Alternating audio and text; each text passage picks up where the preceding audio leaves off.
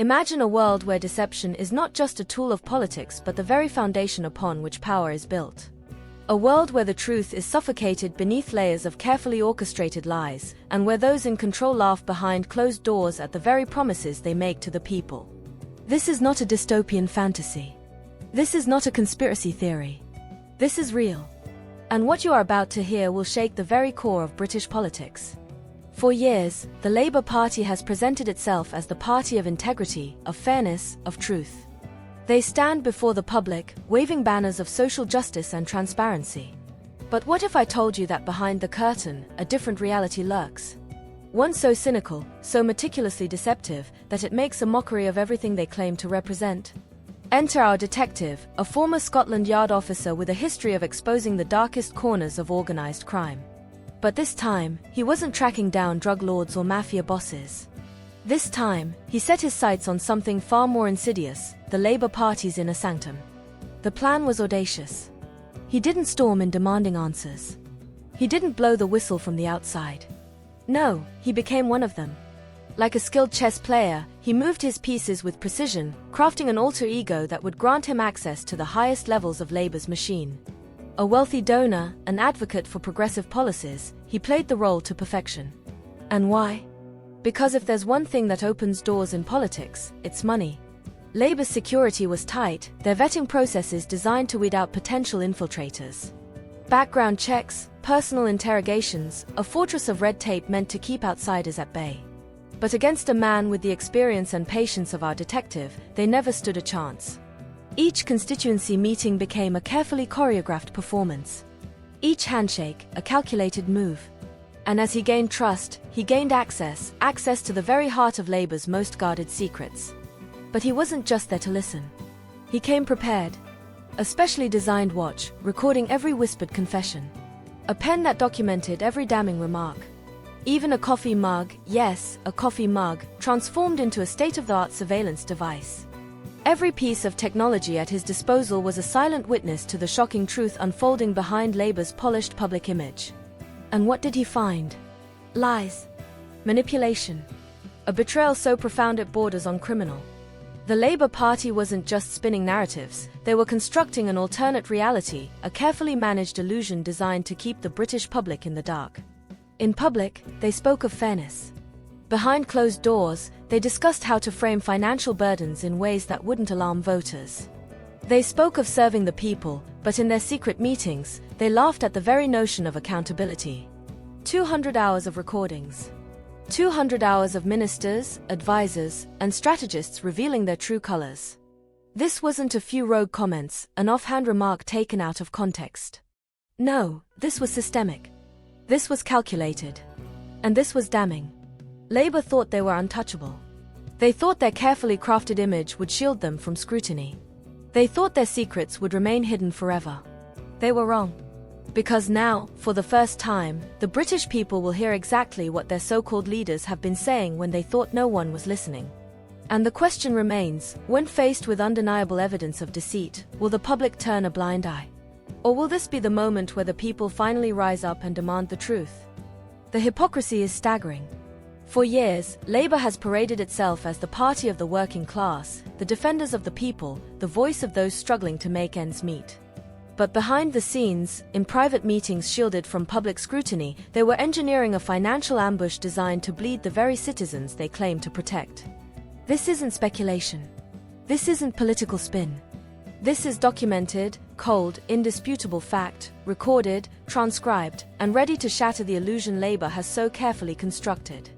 The scale of the betrayal is beyond anything the British public could have imagined. While Keir Starmer and his ministers took to podiums, reassuring voters that taxes wouldn't rise, that the cost of living crisis would be addressed with fairness, that the government would protect the most vulnerable, they were laughing behind closed doors, their true intentions laid bare in conversations dripping with cynicism. One senior minister, whiskey in hand, ice clinking mockingly, boasted about how the public wouldn't even realize they were being squeezed dry. "We frame it as closing loopholes," he chuckled, "make it sound like we're going after the rich. By the time they realize what's happening, it's already done." The deception was surgical, calculated down to the finest detail. This was no haphazard tax policy adjustment. This was a systematic assault on financial security, a redistribution of wealth not from the rich to the poor, but from hardworking Britons straight into the coffers of a government that sees its citizens as nothing more than revenue streams to be exploited. The plan was broken down into meticulously crafted stages, each more insidious than the last. First, the elimination of national insurance exemptions for working pensioners, because why let retirees keep what they've earned when there's more money to extract? Then, a brutal increase in capital gains tax, effectively penalizing those who have worked and invested wisely. Inheritance tax, already a stealthy form of double taxation, would be expanded under the guise of fairness, punishing families for passing down what they've built over a lifetime. And then came the final blow, a land value tax, disguised as a simple council tax reform, set to devastate homeowners, small landlords, and businesses alike. The sheer audacity of it all is breathtaking. Labour knew full well the impact these changes would have. They had the data, the projections, the economic modelling. They knew pensioners would struggle, that small businesses would collapse, that families already battling to keep their homes would be pushed over the edge. And they didn't care. In fact, they counted on it. The recordings expose a level of strategic cruelty that is difficult to fathom. Every tax increase, every loophole closed, every exemption removed was carefully weighed against the likelihood of public outcry. The average Brit won't understand these changes until it's too late, another minister was recorded saying, his voice dripping with condescension. By then, we're through the election, and they're locked in. This was governance by deception, a financial coup against the electorate. They weren't just raising taxes, they were engineering a system in which the hardest hit would be the least able to fight back. Small business owners, already struggling under Labour's regulatory burdens, would be forced to absorb soaring tax bills or shut down entirely. Families attempting to build generational wealth would find their assets drained by a tax regime designed to erode prosperity. Pensioners who had worked all their lives, paid into the system, played by the rules, would be penalised simply for continuing to contribute to the economy. The narrative Labour had sold to the public, that they were the party of fairness, of justice, of economic responsibility, was nothing more than a grotesque lie. The numbers are terrifying. Over £40 billion in new taxes, deliberately crafted to disproportionately affect the working and middle classes. This was not an attack on the wealthy, as Labour pretended. It was an attack on ordinary Britons, on families trying to stay afloat, on businesses that form the backbone of the economy. And yet, they thought they could get away with it. Why? Because they believed that their voters wouldn't notice. Because they assumed the complexity of tax legislation would confuse and disarm the public. Because, ultimately, they see the electorate as too distracted, too overwhelmed, too beaten down by the cost of living crisis to resist. But the deception doesn't stop there. The recordings reveal something even more insidious, the way Labour's leadership views the people they govern. This isn't just about policy. It's about contempt. It's about a ruling class that looks down upon the very citizens it pretends to represent. In one particularly damning recording, a Labour strategist outlined how they would manage public perception, boasting about how easily voters could be manipulated. People don't vote on tax changes, they vote on emotion, he sneered. We just have to make sure the right emotions are in play. Every speech, every soundbite, every promise Labour made was carefully calculated not to serve the public, but to control them. The level of deceit is unprecedented. This is not a case of political spin, of the usual policy contradictions that plague every government. This is a direct, premeditated betrayal. They didn't just mislead the public, they conspired against them. They sat in exclusive meetings, sipping expensive wine, congratulating themselves on their ability to extract money from ordinary Britons without them realizing until it was too late. This was not a government serving the people.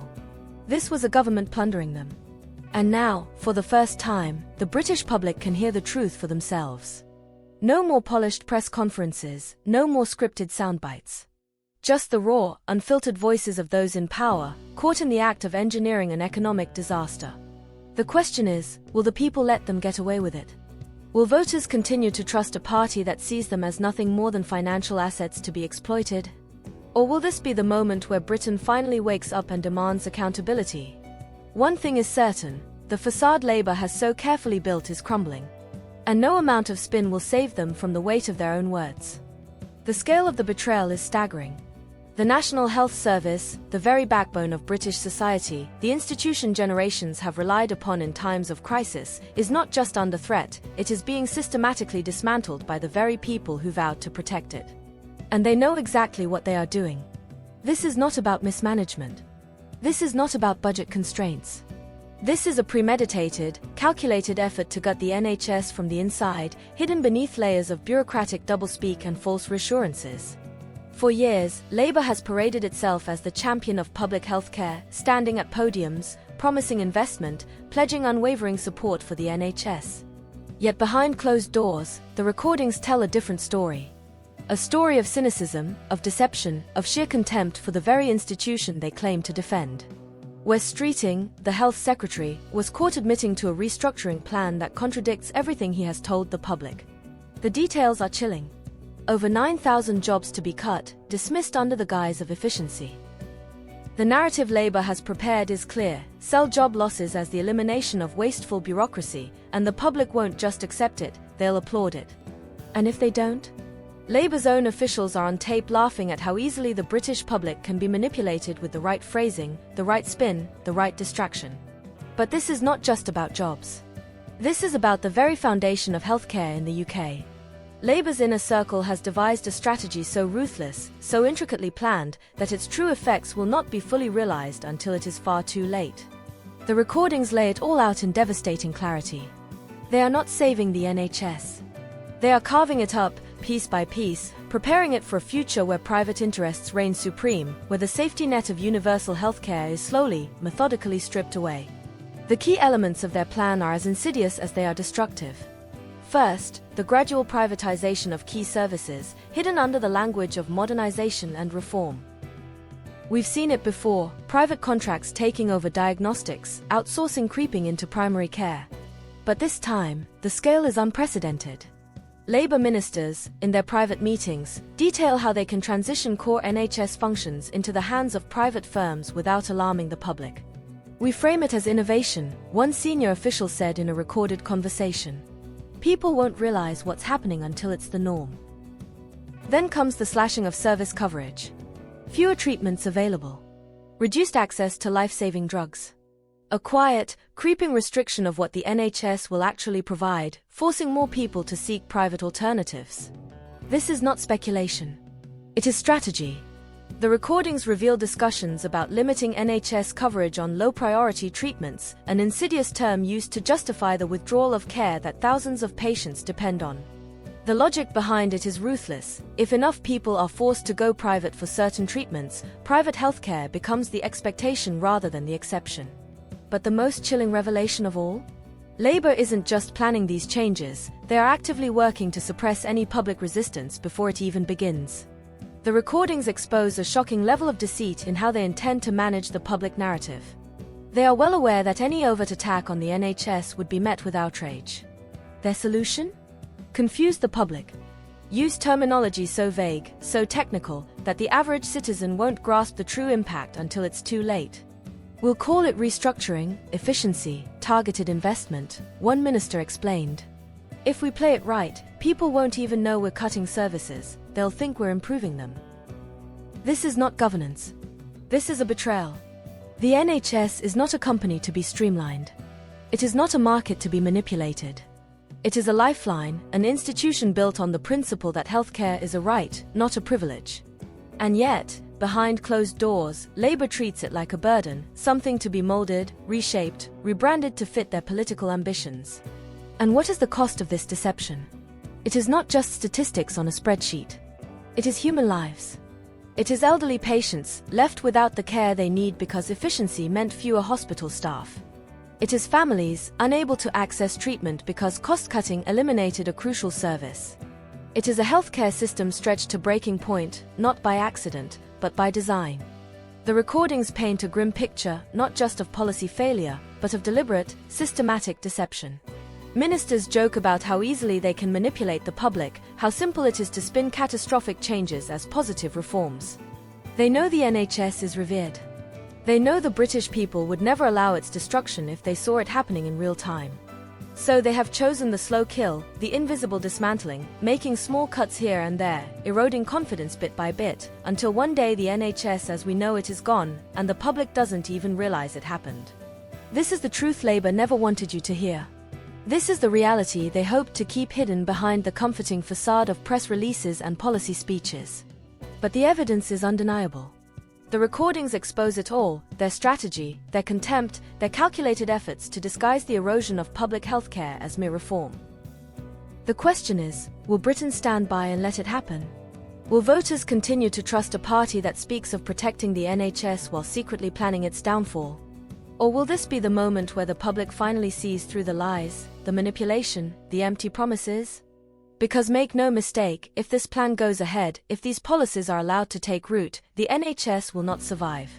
And once it's gone, it will never come back. This is not just a policy debate. This is the fight for the soul of British healthcare. The fight for a system that has served the people for generations. The fight for a future where healthcare remains a right, not a privilege for those who can afford it. Labour thought they could hide this forever. They thought their carefully crafted messaging would protect them. They were wrong. And now, the truth is out. The only question left is, what will Britain do about it? The betrayal is deeper than anyone could have imagined.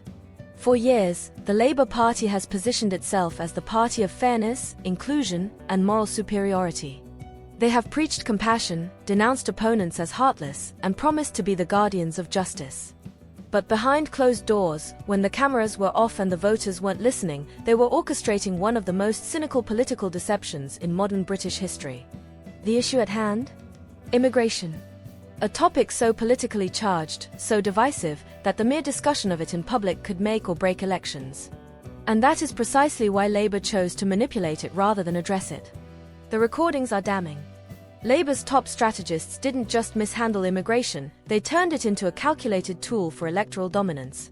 Forget the empty speeches about compassion and integration. The real conversations happening in private were not about helping migrants or protecting communities. They were about power. Pure, ruthless, political power. They knew the numbers. They had the data. They had mapped out every constituency, analyzed every demographic shift, and calculated exactly how many votes they could gain or lose depending on how they handled illegal migration. One strategist, whose voice is captured with crystal clarity on the recordings, laid it out in terms so cold, so devoid of morality, that it sends shivers down the spine. "We can't talk about this publicly," he states bluntly. "The Pakistani community votes for us in huge numbers. If we start acknowledging the crime statistics, we're finished in dozens of constituencies." This was not an off-the-cuff remark.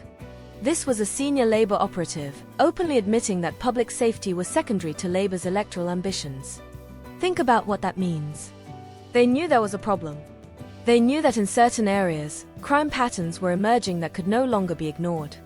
But instead of addressing the issue, instead of protecting the most vulnerable in these communities, many of whom are themselves law-abiding immigrants, they decided to suppress the conversation entirely.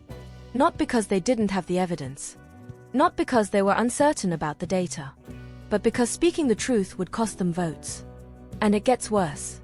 The internal documents obtained during this investigation reveal that Labour's electoral strategists had created detailed spreadsheets estimating how many Pakistani votes they would lose if they acknowledged crime trends.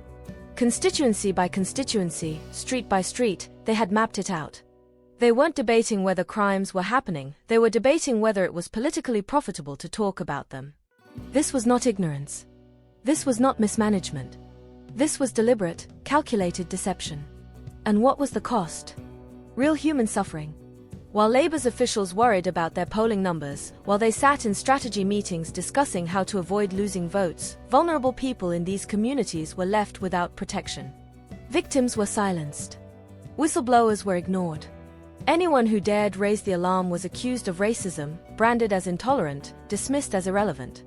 Not because they were wrong, but because acknowledging the truth threatened Labour's grip on power. It wasn't just about suppressing the conversation. It was about actively misleading the public.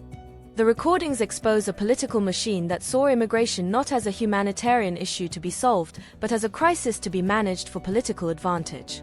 Ministers laughed about how they could manipulate migration statistics, make numbers seem lower than they actually were, frame border control failures as unexpected challenges, and convince the public that record-high crossings were nothing to be concerned about. People panic over the numbers, one official said. You just have to reframe it. Turn it into a positive. Talk about economic growth, diversity, social contributions. By the time they realize what's actually happening, the election's over. And it worked. For years, Labour's narrative on immigration was carefully crafted to keep voters from looking too closely. They ridiculed anyone who questioned border security. They dismissed concerns about crime as xenophobic hysteria. They painted themselves as the only party that truly cared about migrants and refugees, all while treating these very people as nothing more than chess pieces in a game of electoral survival. But the numbers don't lie. The small boat crossings skyrocketed. Crime rates in key areas surged. Public trust in Labour's ability to handle immigration plummeted. And now, thanks to this investigation, the truth is out. The Labour Party knowingly allowed serious crimes to go unaddressed because speaking up would cost them votes. They deliberately misled the British public about the scale of illegal immigration because honesty was politically inconvenient. And the fallout has already begun. Labour's once dominant position is crumbling.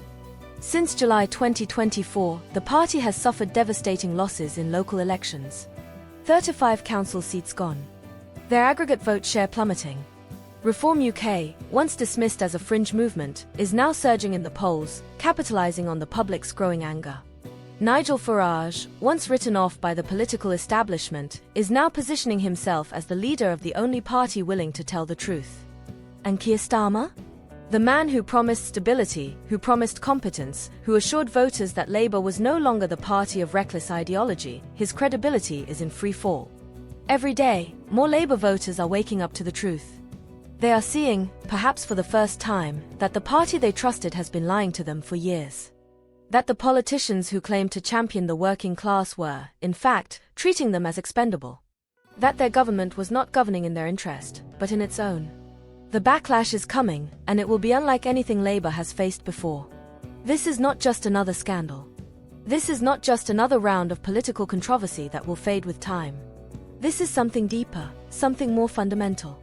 The Labour Party has been exposed as a party that prioritises votes over lives, deception over transparency, power over principle. The facade they so carefully built is collapsing. And no amount of media spin, no carefully crafted speeches, no last-minute policy announcements will be enough to put it back together again. Labour thought they could keep this hidden. They thought their carefully managed messaging would shield them from accountability. They thought the public would never hear the truth. They were wrong. And now, Britain has a choice to make. Will the people demand justice? Will they hold these politicians accountable for their deception? Or will they allow themselves to be lied to again? Because make no mistake, Labour is already working on the next cover-up, the next manipulation, the next strategy to retain power at any cost. The question is, will Britain fall for it again?